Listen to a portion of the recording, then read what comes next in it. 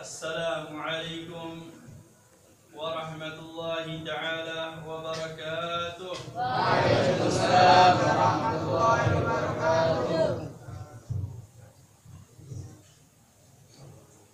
الحمد لله ثم الحمد لله والصلاة والسلام على رسول الله سيدنا محمد بن عبد الله وعلى آله وصحبه ومن والاه ولا حول ولا قوة إلا بالله وأشهد أن لا إله إلا الله وحده لا شريك له وأشهد أن محمدا عبده ورسوله. اللهم صل وسلم وبارك على سيدنا وحبيبنا وشفيعنا وقرة أعيننا محمد الفاتح لما أغلق والخاتم لما سبق ناصر الحق بالحق والهادي إلى صراطك المستقيم وعلى آله وصحبه حق قدره ومقداره العظيم. أما بعد فقد قال الله سبحانه وتعالى في محكم تنزيله: أعوذ بالله من الشيطان الرجيم بسم الله الرحمن الرحيم سبحان الذي أسرى بعبده ليلا من المسجد الحرام إلى المسجد الأقصى الذي باركنا حوله لنريه من آياتنا إنه هو السميع البصير. ثم قال الله سبحانه وتعالى: بسم الله الرحمن الرحيم والنجم إذا هوى ما ضل صاحبكم وما غوى وما ينطق عن الهوى إن هو إلا وحي يوحى علمه شديد القوى ذو مرة فاستوى وهو بالأفق الأعلى إلى آخر الآية. وقال رسول الله صلى الله على آله وصحبه وبارك وسلم: أول ما يحاسب به العبد يوم القيامة الصلاة، فإذا صلحت سائر عمله وإذا فسدت سائر عمله. Ma'asyiral hadirin, jamaah musalla yang dimuliakan Allah Subhanahu wa taala, para habaib, wabil khusus akhina al-karim As-Sayyid Al-Habib Atha Bashiban, para habaib yang lainnya, para kiai, para asatidzah, para masyayikh, para sepuh, hadirin dan hadirat, jamaah majelis Rasulullah sallallahu alaihi wasallam yang dimuliakan Allah Subhanahu wa taala. Dengan rasa kegembiraan kami diundang di tempat yang penuh barakah ini, di tempat yang penuh mulia ini, di kampung desa Sampangan. Ini sudah tidak asing lagi. Ini kita diundang kemari berkali-kali. Bahkan diundang bersama Fadilatul Ustaz Kiai Hasan Subki, mata'anallah bituli hayatiha syarifah. Kemudian di Pondok Wali Songo, kemudian di rumahnya Akhina Abdullah Mahrus. Subhanallah, ternyata dihadiri sama murid-murid, teman-teman kami yang sering bertemu di Masjid Jami', anak-anak yang selalu mengikuti al-bagir di Masjid Jami'. Masya Allah, ini rombongan pada duduk di depan. Insya Allah kita doakan semoga mereka bisa terus perjuangan bagi kita besar Muhammad sallallahu alaihi wasallam. Ma'asyiral hadirin rahimakumullah, suatu kegembiraan yang paling besar, yang paling agung bagi diri kita adalah suatu kenikmatan yang diberikan Allah Subhanahu wa taala. Allah Subhanahu wa taala yang telah memberikan kepada kita segala kenikmatan yang begitu besar, yang begitu banyak, yang tiada tara. Kalau kita hitung segala kenikmatan yang Allah berikan kepada kita, tentu tidak terbatas, tidak bisa dihitung, tidak terbatas, tidak bisa dihitung.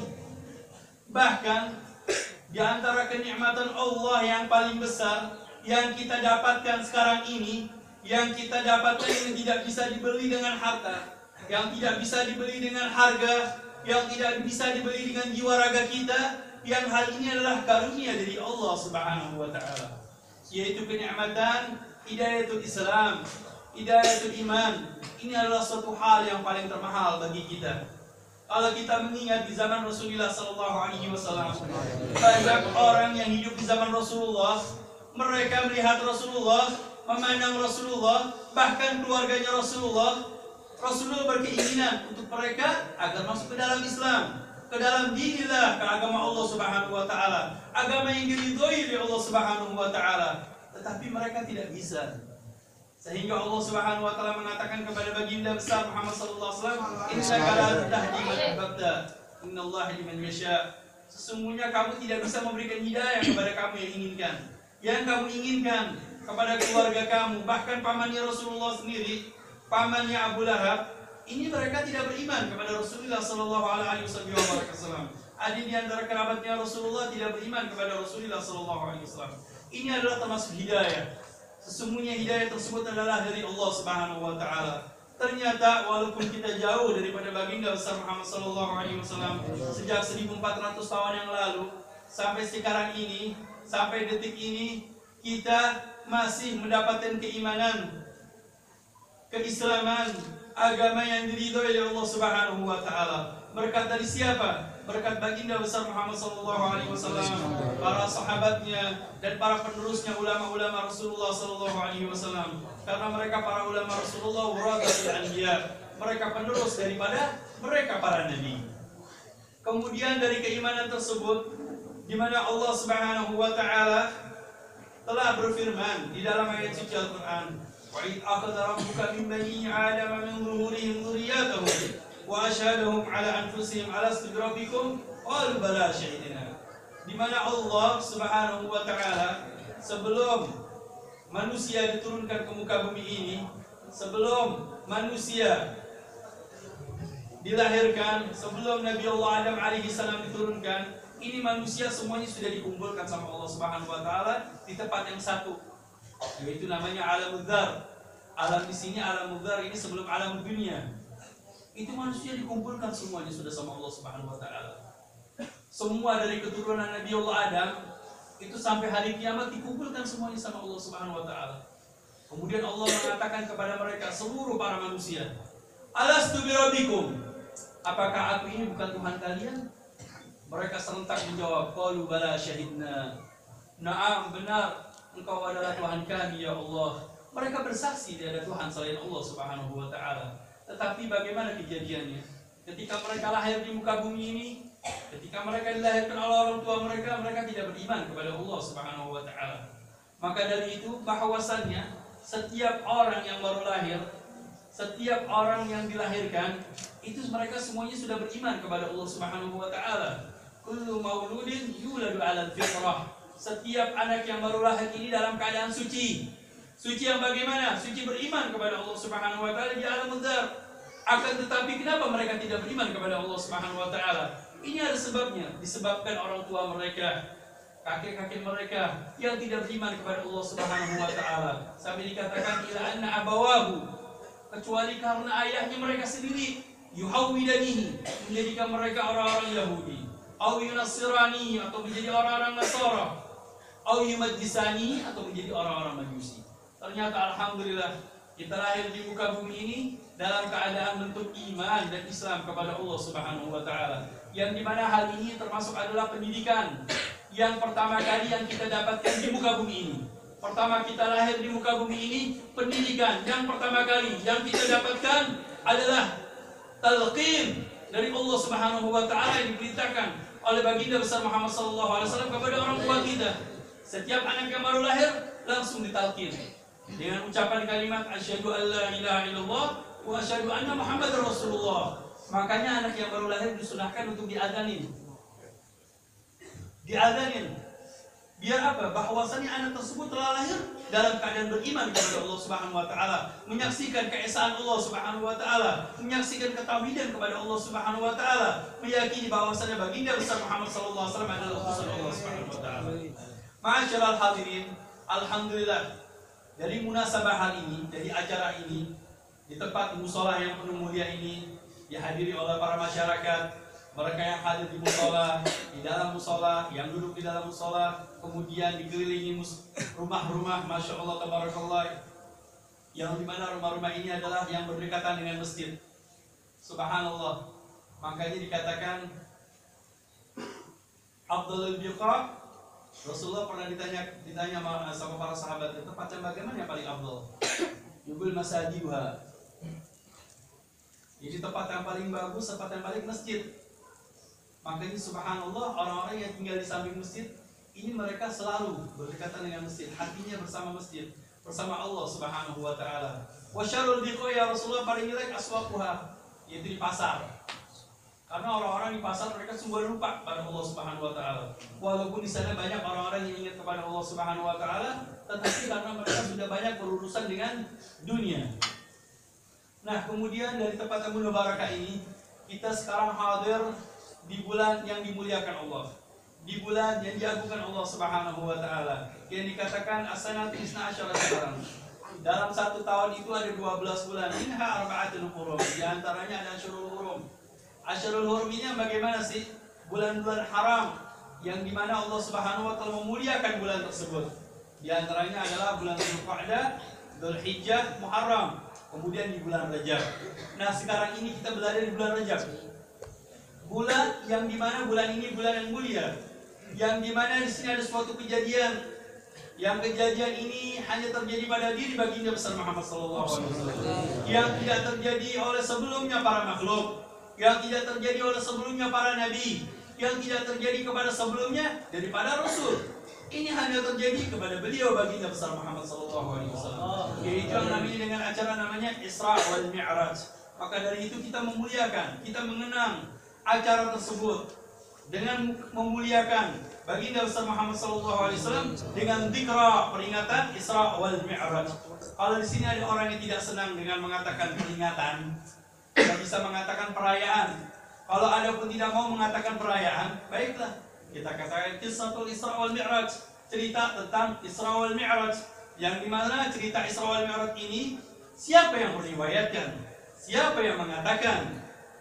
Yang mengatakan adalah Allah Subhanahu wa taala, yang menceritakan sendiri Allah Subhanahu wa taala kepada kekasihnya beliau baginda besar Muhammad sallallahu alaihi wasallam. Yang hadinya adalah suatu pelajaran bagi kita umatnya, yang kita bisa pelajari daripada Isra wal Mi'raj tersebut. Kemudian ada pertanyaan, ya Habib, ma huwa Isra wal Mi'raj? Apakah Isra wal Mi'raj tersebut? Jawabannya di dalam Al-Quran Al-Karim, di dalam surat Al-Isra, Subhanalladzi asra, maha suci Allah Subhanahu wa taala. Di sini Allah Subhanahu wa taala di dalam Al-Quran Al-Karim, beliau memulai kalimatnya dengan maha suci Allah. Tanzih kepada Allah Subhanahu wa taala, kesucian kepada Allah Subhanahu wa taala, kepada Allah Subhanahu wa taala sendiri. Baru di sini Allah mengatakan alladzi asra, yang memperjalankan. Kalimat asra di sini adalah dengan wazan af'al. Berarti di sini ada predikat. Ada yang menjalankan. Bukannya Rasulullah berjalan sendiri, tidak. Tetapi ada yang memperjalankan. Siapa yang memperjalankan? Allah Subhanahu wa taala. Bi'abdihi. Subhanalladzi asra bi'abdihi. Maksudnya bi'abdihi di sini bagaimana seorang hamba. Hamba Allah yang dimaksud dengan hal ini adalah Rasulullah sallallahu alaihi wasallam. Maksud di sini bi'abdihi, di sini Allah Subhanahu mengatakan hamba. Apakah Rasulullah sallallahu alaihi wasallam kecil? Rasulullah tidak agung, tidak mulia dikatakan seorang hamba.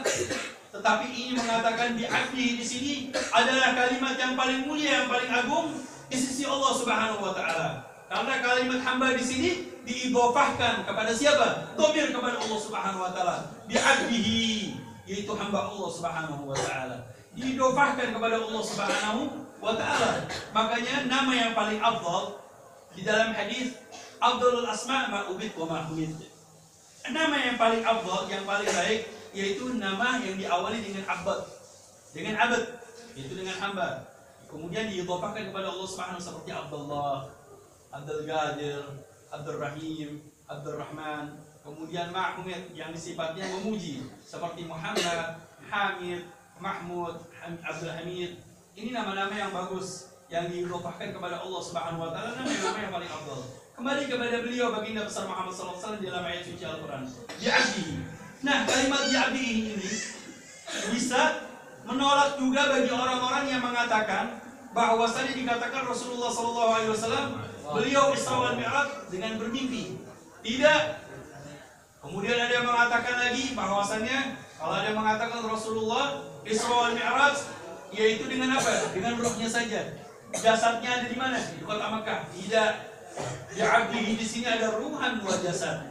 Rasulullah pergi dengan jiwa raga dirinya Rasulullah SAW dalam keadaan terjaga, bukan dalam keadaan tidur. Tidak, bukan dalam keadaan bermimpi. Tetapi Rasulullah dalam keadaan terjaga. Rasulullah diperjalankan oleh Allah Subhanahu wa taala pada malam hari. Kemudian dikatakan minal masjidil haram, dari Masjidil Haram yaitu dari kota Mekah. Ada yang mengatakan riwayat Rasulullah diberangkatkan dari mulai Hajar Aswad. Ada yang mengatakan dari Hijr Ismail. Ada yang mengatakan dari rumah Ummu Hani. Ini Rasulullah SAW disediakan oleh Allah Subhanahu wa taala kendaraan yang belum pernah kendaraan tersebut diberikan oleh seorang pun, yang belum pernah diberikan oleh seorang nabi, yang belum pernah ditunggangi oleh seorang rasul pun, yang belum pernah ditunggangi oleh seorang makhluk pun. Yang kendaraan ini dikenal dengan nama Buraq. Ini anak-anak kecil semuanya pada kenal dengan namanya Buraq. Cuman kadang-kadang di sini ada gambaran. Apakah Buraq tersebut? Katanya Buraq, riwayat dalam Anas bin Malik, Buraq adalah binatang yang lebih kecil daripada bagel. Bagel ini hewan seperti kuda lebih kecil. Kemudian lebih besar daripada keledai. Kemudian punya sayap. Walhasil kita tidak bisa membayangkan bagaimana Buraq tersebut. Bentuknya seperti hewan, seperti kuda atau seperti bagel.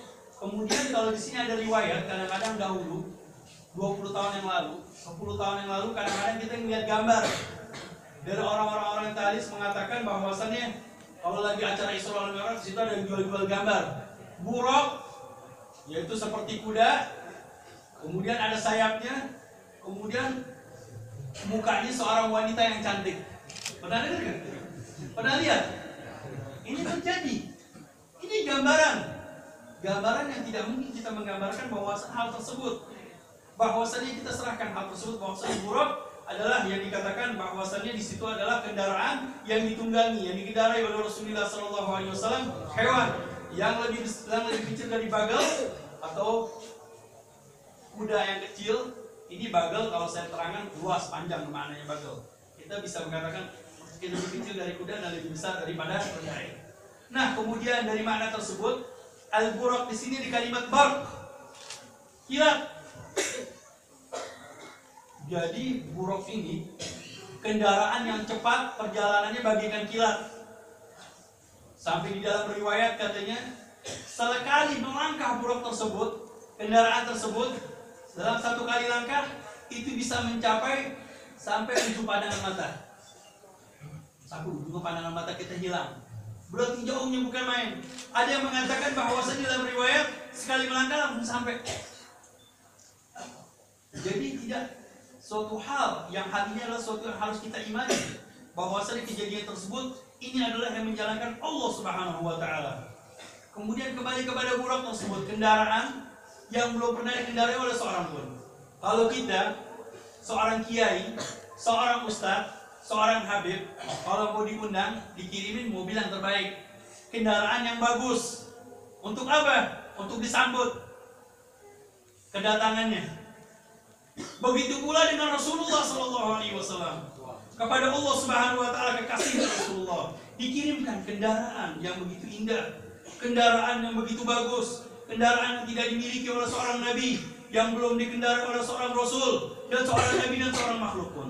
Kemudian di situ ada ajudan, ada gaibnya. Siapa? Malaikat Jibril. Malaikat Jibril menemani Rasulullah SAW. Siapa beliau Malaikat Jibril? Pimpinan dari segala para malaikat. Kalau di situ ada raja, Malaikat Jibril rajanya. Jadi pimpinan dari segala para malaikat itu Malaikat Jibril yang menemani Rasulullah SAW. Sampai-sampai Buraq ketika mau dikendarai sama Rasulullah itu kebingungan, sungkan, bingung. Kemudian malaikat Jibril mengatakan, Abi Muhammad taf'alu hakadha? Apakah dengan Rasulullah sallallahu alaihi wasallam kamu berbuat seperti ini?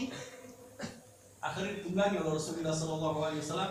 Berangkatlah Rasulullah sallallahu alaihi wasallam menuju masjid dari Masjidil Haram ila Masjidil Aqsa.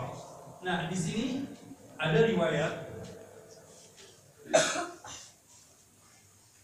yang mengatakan bahwasanya Rasulullah ketika perjalanan tersebut di sini banyak kejadian-kejadian.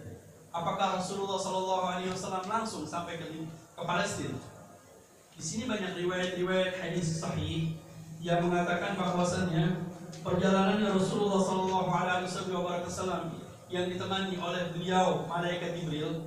Di sini dikatakan As-Sayyidul Walid Sayyid Muhammad Al-Maliki, beliau meriwayatkan beberapa hadis yang diriwayatkan dari Imam Bukhari, yang diriwayatkan dari kitab hadis Muslim, kemudian Imam Al-Baihaqi fi Dalail Nubuwah, dan yang lain-lainnya kemudian dikumpulkan menjadi kitab Al-Anwarul Bahiyah fil Isra wal Mi'raj. Beliau mengatakan bahwasannya ketika baginda besar Muhammad SAW bersama malaikat Jibril, kemudian ketika perjalanan ternyata malaikat Jibril mengajak baginda besar Muhammad SAW mampir di tempat-tempat sejarah, di tempat-tempat yang mulia. Yang pertama kali, wahia awwalwa ardu dzati nakhlin, di mana di situ daerah yang banyak pohon-pohon kormanya. Faqala lahu Jibril, "Inzil fasalliha huna." Kemudian malaikat Jibril mengatakan kepada Rasulullah sallallahu alaihi wasallam, "Turun ya baginda besar Muhammad sallallahu alaihi wasallam. Fasalliha huna." Salatlah di sini. Kemudian Rasulullah sallallahu alaihi wasallam melaksanakan yang namanya ibadah salat. Ini salatnya bagaimana? Salatnya baginda besar Muhammad SAW bisa jadi salat atau berdoa, karena perintah salat belum diturunkan. Karena kejadian Isra wal Mi'raj ini terjadi sebelum Rasulullah SAW hijrah. Sebelum Rasulullah SAW berangkat hijrah ke kota Madinah. Sekarang Rasul, yang dikatakan para ulama bahwasanya Rasulullah pergi Isra wal Mi'raj itu pada satu tahun sebelum Rasulullah hijrah. Ada yang mengatakan 5 tahun sebelum Rasulullah hijrah. Tetapi hal tersebut yang paling terpenting, Rasulullah pergi Isra wal Mi'raj ini dalam keadaan sebelum hijrah. Dalam waktunya nanti kau usah dipikirkan. Walhasil ini yang dikatakan para ulama, Rasulullah berangkat Isra wal Mi'raj sebelum hijrah. Kemudian pada saat Rasulullah turun, faqala lahu Jibril, dan Jibril mengatakan kepada Rasulullah, "Atadri aina salat?" Apakah kamu tahu di mana kamu melaksanakan salat ini? Faqala la, Rasulullah enggak tahu. Qala salaita bi thayyibatin wa ilayha al-muhajirah. Kamu salat di kota Madinah. Kamu salat di Thaibah. Thaibah ini adalah nama daripada kota Madinah. Wa ilayha al-muhajirah, dan di mana nanti kamu ini tempat hijrahnya. Jadi di sini sudah ada kabar dari malaikat Jibril kalau Rasulullah SAW ini nanti akan hijrah ke kota Madinah yang dikenal namanya Thaibah, yang dikatakan ardu dzati nakhlin, yang dimana negeri atau daerah yang banyak pohon kormanya di sana. Ternyata subhanallah, korma Madinah, rutab Madinah, ajwa Madinah, ini korma yang paling terbaik dari kota Madinah. Kemudian Buraq itu berangkat lagi bersama Rasulullah SAW bersama malaikat Jibril. Kemudian Rasulullah SAW bersama malaikat Jibril turun wasala Madyan, di mana Madyan ini tempatnya para anbiya berdakwah di sana, negeri Madyan. Indah syajaratin Musa, yang di mana di situ ada pepohonan yang besar sekali, di mana Nabi Allah Musa pernah berteduh di sana. Kemudian Rasulullah melaksanakan salat, katanya malaikat Jibril, "Inzil fasalli." Turunlah ya baginda besar Muhammad SAW. Maka laksanakanlah salat. Panazala fasalah. Kemudian Rasulullah melaksanakan salat. Kemudian Rasulullah diajak lagi pergi sampai ke Jabal Tursina. Jabal Tursina, di mana di sini Jabal Tursina, di sini adalah pegunungan yang di mana Nabi Allah Musa alaihi salam yunaji Rabbah, meminta, memohon kepada Allah Subhanahu wa taala untuk bertemu dengan Allah Subhanahu wa taala. Tetapi Allah Subhanahu wa taala mengatakan bagaimana? Lan tarani, kau tidak akan bisa melihatku. Nah, disinilah Rasulullah SAW melaksanakan salat atas perintah Nabi Allah dari malaikat Jibril. Kemudian Rasulullah pergi lagi, berangkat lagi, sampai Rasulullah akhirnya sampai ke negeri Syam. Qala Jibril, "Inzil fasalli." Kemudian Rasulullah melaksanakan salat. "Atadri aina salait?" Apakah kamu tahu di mana kamu melaksanakan salat? La. Salaita bi baiti lahmin haitsu wulida Isa bin Maryam. Kamu ini salat Bait Lahm, di mana Nabi Allah Isa alaihi salam dilahirkan. Kemudian Rasulullah SAW dari Palestina tersebut Rasulullah turun melaksanakan sholat. Nah, di situ kemudian Rasulullah melaksanakan sholat dan kemudian memimpin pelaksanaan sholat bersama mereka, ruhnya para anbiya. Rasulullah menjadi pemimpinnya para anbiya melaksanakan sholat. Kemudian Rasulullah SAW disuruh memilih dua minuman. Ada minuman dari khamar dan minuman dari susu. Kemudian Rasulullah memilih susu. Katanya malaikat ikhtartal fitrah, dan engkau telah memilih kesucian. Nah, di sini dikatakan minal masjidil haram ilal masjidil aqsa. Ma huwa makna al-aqsa? Al-aqsa di sini dikatakan li bu'dil masafah, karena jauh sekali perjalanan dari Masjidil Haram ilal Masjidil Aqsa itu perjalanan 1 bulan. 1 bulan dengan menggunakan kendaraan. Kalau tidak menggunakan kendaraan bagaimana? Berbulan-bulan. Tetapi di sini ada hikmahnya bagaimana? Kok Allah Subhanahu wa taala mengirimkan baginda besar Muhammad sallallahu alaihi wasallam, memperjalankan Rasulullah sallallahu alaihi wasallam dari Masjidil Haram ke Masjidil Aqsa? Ma huwa hikmah? Hikmahnya apa? Apakah Allah Subhanahu wa taala bisa memperjalankan Rasulullah langsung mulai dari kota Mekah sampai Sidratul Muntaha? Mampu. Tetapi kenapa harus sampai mampir dulu ke Masjidil Aqsa? Nah, di situ untuk menjadikan argumentasi bagi Rasulullah SAW ketika ditanya bersama mereka para masyarakat daripada orang-orang kufar Quraisy, ditanyakan. Ini ceramah saya ulang kembali ketika di tempat Salahuddin Al-Kahf, karena ketika saya ceramah di sana keadaan hujan, mikrofonnya kurang keras, akhirnya saya kebingungan, konsentrasi hilang. Akhirnya ini saya mau ulang lagi nih Pak, nggak apa-apa. Iya, buat memberikan pemahaman tentang Isra wal Mi'raj. Yang kejadian Isra wal Mi'raj ini dengan menggunakan Al-Quran Karim, hadits Rasulullah SAW secara terperinci, biar kita memahami bahwa makna Isra wal Mi'raj, hikmah daripada Isra wal Mi'raj, perjalanannya Rasulullah SAW, kemudian hikmahnya bagaimana kok Rasulullah SAW harus di Palestina. Ternyata di Palestina ini Rasulullah sudah duduk di kota Palestina, mendapat gambaran Palestina, baik berupa masjidnya, berupa jendelanya, pintu-pintunya, tempatnya, keadaannya, sehingga Rasulullah nanti dijadikan argumentasi ketika kembali ke kota Mekah bahwasanya aku telah berjalan diperjalankan oleh Allah Subhanahu wa taala ke Masjidil Aqsa, sehingga mereka menanyakan bagaimana kejadian Masjidil Aqsa. Tetapi mereka ketika itu Rasulullah bisa menjawab bahwasannya Masjidil Aqsa begini, begitu. Diterangkan sama Rasulullah secara terperinci. Berarti mereka meyakini, oh benar, kalau Muhammad ini benar-benar sampai ke Masjidil Aqsa. Karena mereka sudah banyak mengatakan, ini Muhammad bagaimana sih? Dia sampai ke Masjidil Aqsa yang kita aja perjalanan 1 bulan, baliknya 1 bulan, kok dia hanya jalan 1 malam? Ini bagaimana bisa terjadi? Ternyata hujahnya Rasulullah, argumentasinya Rasulullah sangatlah kuat. Semua yang digambarkan oleh Rasulullah SAW bagi mereka orang kufar Quraisy yang pernah berangkat ke Palestina, mereka sangat kaget dan terkejut bahwasanya apa yang telah digambarkan oleh Rasulullah sangatlah benar. Banyak di antara mereka beriman kepada Rasulullah SAW. Tetapi di sini bersangkutan masalah keimanan. Alangkah hebatnya Sayyidina Abu Bakar As-Siddiq. Beliau mengatakan, dikatakan oleh para orang-orang kufar Quraisy, Sayyidina Abu Bakar, itu sahabat kamu Muhammad sudah bagaimana sih? 1 malam berangkat ke Palestina, kemudian kembali lagi, katanya ke Sidratul Muntaha, kembali lagi. Ini bagaimana? Apakah bisa terjadi? Tidak mungkin. Kemudian Sayyidina Abu Bakar mengatakan, kalau apa yang telah dikatakan oleh Muhammad dan lebih dari hal itu, maka aku akan percaya. Makanya di sini Sayyidina Abu Bakar memiliki dengan As-Siddiq, yaitu seorang sahabat yang percaya kepada baginda besar Muhammad SAW. Kemudian julukan As-Siddiq tersebut didapatkan Sayyidina Abu Bakar setelah perjalanannya Rasulullah SAW pulang dari Isra wal Mi'raj. Kembali kepada Rasulullah SAW ke Palestina. Nah, di Palestina ini kemudian Rasulullah diberangkatkan oleh Allah Subhanahu wa taala ke Sidratul Muntaha. Dari perjalanan tersebut, ini ada cerita yang begitu panjang, begitu banyak tentang Isra wal Mi'raj.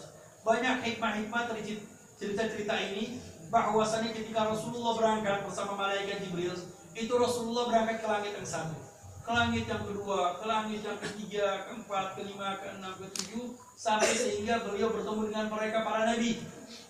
Yang pertama kali bertemu dengan Nabi Allah Adam alaihissalam, bertemu dengan Nabi Allah Musa, bertemu dengan Nabi Allah Ibrahim, bertemu dengan Nabi Allah Nuh, bertemu dengan para anbiya. Kalau kita ceritakan panjang lagi nih, mungkin sampai besok nggak habis. Kasihan anak-anak, udah banyak yang mau tidur, ada yang mau pulang. Ini kok Habib ceramahnya lama banget. Ini mau diterusin nggak? Jangan bosan. Ini semuanya cerita. Pokoknya kalau sudah datang bulan Isra Mi'raj, kita tunggu ceritanya bagaimana sih tentang perjalanannya Rasulullah SAW, kisahnya Rasulullah SAW, perjalanannya Rasulullah SAW, berangkatnya Rasulullah SAW. Nah, kemudian kalau buat dipikirkan dengan akal-akalan, itu Rasulullah perjalanan dari Masjidil Haram ke Masjidil Aqsa, dari Masjidil Aqsa ke Sidratul Muntaha. Ini kalau kita mempelajari tentang astronomi, seseorang kalau sudah keluar dari langit, di situ ada atmosfer, itu manusia akan terbakar hancur. Kemudian di dalam keluar dari langit tersebut, ini bumi adalah hal yang paling terkecil, yaitu atmosfer, yaitu planet yang paling terkecil. Ini kembali lagi nih, anak-anak yang pelajari planet, yang mempelajari geografi, tentang ilmu astronomi, kita ulang kembali sedikit. Memang pengetahuan saya kurang banyak, tapi saya membaca sedikit daripada ilmu astronomi. Bahwasannya bumi tersebut adalah planet yang paling terkecil. Di situ ada matahari. Matahari ini besar, jaraknya jauh sekali. Kemudian di antara matahari tersebut, setelah matahari, di situ ada planet-planet. Planet-planet sampai yang paling jauh namanya Pluto. Ada planet Pluto. Itu baru apa? Itu bagian-bagian yang hanya komunitas planet-planet yang bersama matahari. Ternyata nanti di sana lagi ada planet-planet yang sama, lebih besar daripada matahari dan bumi. Kemudian ada bintang-bintang yang kita lihat, ini bintang yang sekarang ini, ternyata bintang itu lebih besar daripada matahari dan planet-planet yang besarnya daripada sampai ke Pluto. Jadi besar sekali. Sampai-sampai di sini ada orang-orang ahli teropong, itu mereka sudah meneropongi dari bumi. Ada apa? Cuma pandangannya mereka cuma sampai di luar bumi saja. Kemudian akhirnya mengirim NASA, namanya Apollo. Sampai di atas, bikin teropong lagi. Setelah diteropong dilihat, ternyata kejauhannya itu setelah beberapa tahun dilihat, oh jauhnya segini. Ternyata jauhnya itu, pandangan itu sampai ratusan ribu tahun, sampai jutaan tahun pandangan itu. Kalau kita sampai ke pandangan tersebut sampai jutaan tahun baru sampai di sana. Ternyata setelah 1 tahun kembali, teropong itu diambil, dibuka, dipasang lagi yang lebih canggih lagi. Nggak taunya bagaimana, alam tambah jauh. Setiap 1 tahun diganti lagi, tambah jauh lagi. Dibuka lagi, tambah jauh lagi, tambah jauh lagi. Nggak ada habis-habisnya. Sampai hari kiamat, kalau teropong itu semakin canggih, hari itu namanya Al-Kawan, alam semesta itu tidak ada habisnya. Terus. Ini alamnya Allah Subhanahu wa taala.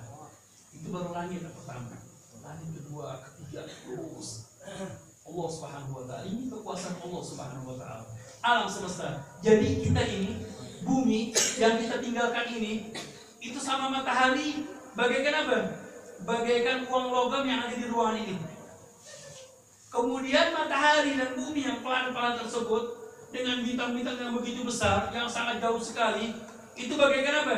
Bagaikan logam yang ada di ruangan ini juga. Semakin besar, semakin besar, semakin besar. Subhanallah, ini kekuasaan Allah Subhanahu wa taala. Tetapi Rasulullah diperjalankan oleh Allah Subhanahu wa taala langsung di Sidratul Muntaha. Jauh sekali. Kalau kita pikirkan dengan akal-akalan, bahwasannya pancaran matahari saja itu bisa berjalan 300.000 mil kilometer dalam 1 detik perjalanannya.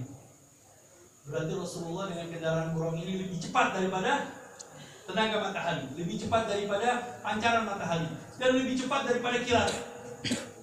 Ini buruk kendaraan disediakan Allah Subhanahu wa taala untuk beliau baginda besar Muhammad sallallahu alaihi wasallam. Akhir cerita bahwasan hal ini adalah suatu keimanan yang harus kita imani tentang kejadian Isra Mi'raj tersebut, yang dimana hal ini yang memperjalankan siapa? Allah. Karena Allah yang memiliki tempat, Allah yang memiliki waktu.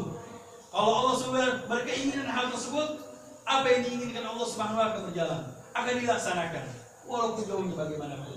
Karena Allah yang memiliki waktu dan memiliki tempat.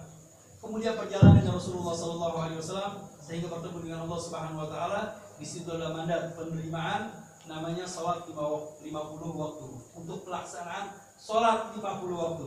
Ketika Rasulullah kembali setelah menerima salat 50 waktu bertemu dengan Nabi Allah Musa alaihi salam, dikatakan, "Ya Muhammad, apa yang kau dapatkan dari Allah Subhanahu wa taala? Aku diperintahkan Allah untuk menjalankan salat 50 waktu." Ini anak-anak kecil kalau sudah jangan kan anak kecil, orang tua kalau disuruh salat 50 waktu gimana? Ini yang 5 waktu lagi sudah banyak tinggalan, sudah banyak bolong. Apalagi kalau salatnya 50 waktu. Tapi Nabi Musa pinter. "Ya Rasulullah, fa inna ummataka la tudiku dzalik." Sesungguhnya umat kamu itu tidak akan mampu. Mintalah permintaan kepada Allah Subhanahu wa taala. Kurangin. Ada kembali kepada Allah Subhanahu wa taala. Dikurangi sama Allah 5 menjadi 45. Kembali lagi Nabi Allah Rasulullah SAW. Sampai Nabi Allah Musa, apa yang kamu dapatkan? Nah, alhamdulillah.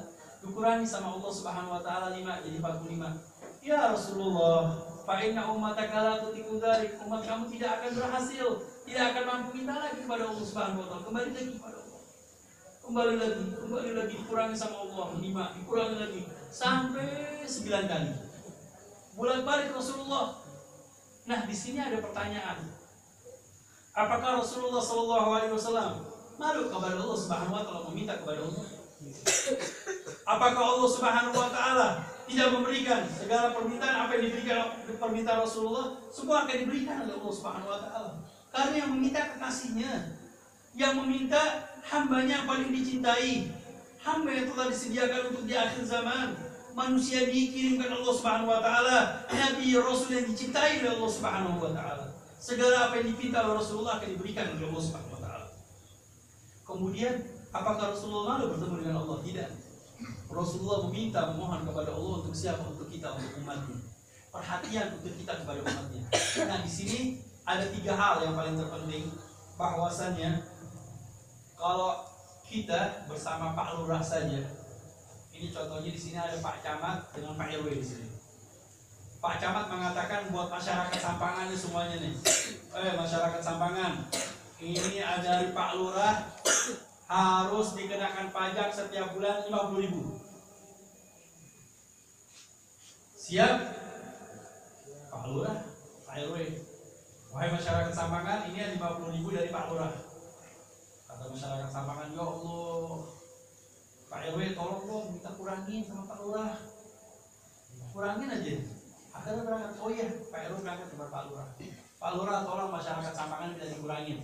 Oh iya, saya kurangin sudah 5.000. Sudah saya kurangi 5.000. Ya Pak RW, kurang Pak RW. Ini masih kemahalan. Oh ya sudah, saya kembali lagi sama Pak Lurah. Pak Lurah tolong kurangin, masyarakat masih nggak ada mampu. Ya sudah, saya kurangi 5.000 lagi. Jadi 40.000. Kembali lagi. Ini sudah alhamdulillah kita dikurangi sama Pak Lurah. Saya sudah 2 kali ke sana. Ya Pak RW, tolong kurangi lagi deh. Minta lagi.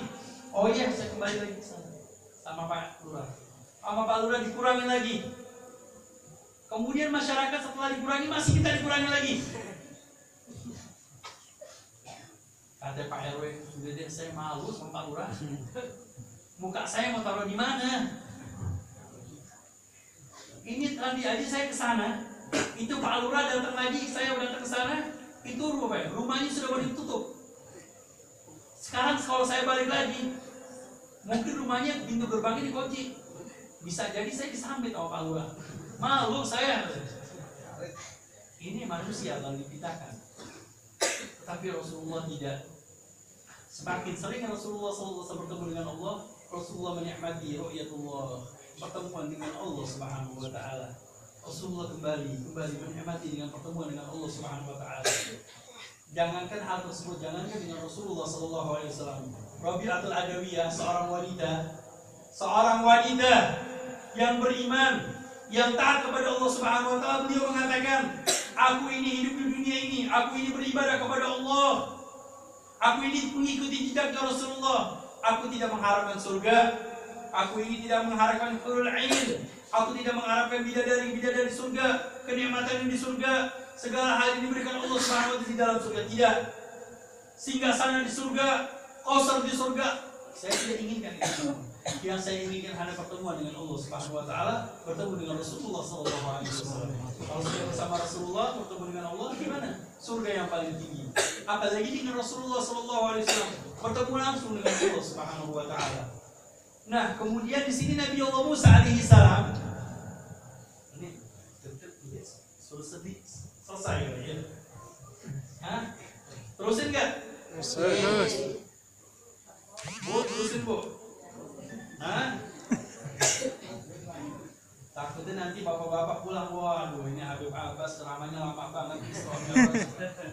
Besok jangan diundang di sama lagi. Cukup sekali sudah karena kelamaan. Ibu juga di rumah nungguin. Ini bapak-bapak kok udah pada pulang nih. Ibu-ibu yang hadir, bapak-bapak nungguin di rumah. Ya Allah, istri saya hadir di majelis lama banget. Kembali kepada baginda Rasulullah Muhammad SAW. Ternyata Nabi Allah Musa alaihi salam, beliau menikmati kedatangannya Rasulullah, pertemuan dengan Allah Subhanahu wa taala. Karena di wajah Rasulullah nur cahaya pertemuan dari Allah Subhanahu wa taala. Nabi Allah Musa menikmati sehingga Nabi Allah SWT kembali lagi bertemu dengan Rasulullah. Kembali lagi bertemu dengan Rasulullah. Karena kenapa? Nabi Allah Musa alaihi salam, beliau mengatakan, seandainya aku hidup di zaman baginda besar Muhammad SAW, maka aku berkeinginan untuk menjadi umatnya, akan menolong Rasulullah, akan ikut bersama Rasulullah SAW. Di sini ada fursa kesempatan Nabi Allah Musa bertemu dengan Rasulullah SAW. Ini para ulama mengatakan hal tersebut, hikmah di belakang hal tersebut. Jadi pertemuan dengan Rasulullah adalah suatu kenikmatan. Nah, apa yang dilakukan dari Rasulullah SAW yaitu as-sholat, melaksanakan yang namanya sholat. Makanya seorang hamba yang pertama kali ditanyakan oleh Allah Subhanahu wa taala, diintrospeksi dirinya kepada Allah Subhanahu wa taala, yang pertama adalah sholat. Bagaimana sholatnya? Kalau sholatnya bagus, maka semua amal-amalnya akan bagus. Tadi dikatakan di dalam hadis, awwalu ma yuhasabu bihi al-'abdu yaumil qiyamah. Yang pertama kali dihisab, yang dipertanyakan, yang diintrospeksi sama Allah Subhanahu wa taala di hari kiamat itu as-shalah. Pertanyaan yang pertama kali as-shalah, bagaimana salatnya? Bagaimana salat lima waktunya? Ternyata subhanallah dikatakan fa in saluhat, apabila salatnya sudah baik, saluhat sa'irul jasadi, maka semua jiwa raganya akan bagus. Jiwa raganya akan baik, hatinya akan bagus, hatinya akan baik. Makanya segala sesuatu dilihat dari sholatnya. Kalau orang baik kita lihat bagaimana sholatnya. Kemudian wa idza fasadat, kalau orang tersebut sholatnya melentang-melentang, katanya orang Jakarta, orang sini lah bolong-bolong. Fasadat sa'iru amali, maka rusak amal-amalnya. Di sini adalah pentingnya sholat yang Allah berikan kepada kita. Ini hanya 5 waktu. Kemudian kalau memang ingin lebih banyak lagi, ingin melaksanakan ibadah sholat, jalankan sholat-sholat sunnah yang lainnya. Ini baru 5 waktu yang diperintahkan Allah Subhanahu wa taala, dan masih banyak lagi ibadah-ibadah sholat yang harus kita laksanakan, seperti sholat tahajud, sholat duha, dan sholat-sholat yang lainnya. Yang dipertanyakan Allah Subhanahu wa taala yang adalah as-sholahnya bagaimana? Sholat 5 waktu ini. Maka dari itu janganlah kita tinggalkan yang namanya sholat 5 waktu. Ini adalah suatu perintah daripada Allah Subhanahu wa taala kepada beliau baginda besar Muhammad sallallahu alaihi wasallam. Masyaallah hadirin ikhwani wa ahbabi hafizakumullah. Dari masalah sholat, hikmah sholat ini banyak. Kita ingin terangkan masalah sholat sebelumnya. Nanti insya Allah saya mau teruskan permasalahan sholat Mulai tadi dikatakan sallu kama ra'aitumuni usalli, salatlah kalian sebagaimana aku melaksanakan salat, katanya Rasulullah. Ini ibadah salat, kita melaksanakan salat sebagaimana kita melihat Rasulullah SAW di dalam hadis mereka para sahabat melihat Rasulullah. Kemudian di sini ada hikmah-hikmah salat, baik hikmah di dalam ilmu kedokterannya, baik hikmah dalam pelaksanaannya, di dalam ruku, sujud, hikmah-hikmahnya banyak. Kemudian di dalam ahkam, di dalam hukum-hukum, kemudian di dalam shaf, kemudian di dalam kehidupan kita dalam melaksanakan sholat, kehidupan kita sehari-hari. Insya Allah pada bulan Ramadan kami akan memberikan sedikit seminar pelajaran yang setiap hari Senin malam Selasa kami melaksanakan pelajaran di Masjid Jami'. Kalau di bulan Ramadan dipindahkan jadi waktu zuhur. Insya Allah di dalam 4 kali pertemuan kami memberikan seminar tentang sholat, pelajaran tentang sholat. Nah sekarang kadang-kadang kita melihat kalau orang melaksanakan sholat kadang Allahu Akbar tangannya di sini. Nanti ada lagi yang Allahu Akbar tangannya di atas sini. Ini gimana nih? Kok ada orang yang melaksanakan sholatnya Allahu Akbar tangannya di atas? Ada yang begini, ada yang begini. Ini gimana hukumnya? Nanti kita insya Allah kita pelajari makna daripada ahkamus sholat, dari perbedaan-perbedaan dari segi mazhab, kemudian dari mazhab Imam Syafi'i sendiri, bagaimana insya Allah nanti bisa hadir, bisa datang di Masjid Jami' pada hari Selasa insya Allah di bulan Ramadan 4 kali pertemuan. Kami ingin menerangkan tentang as-shalah, hikmah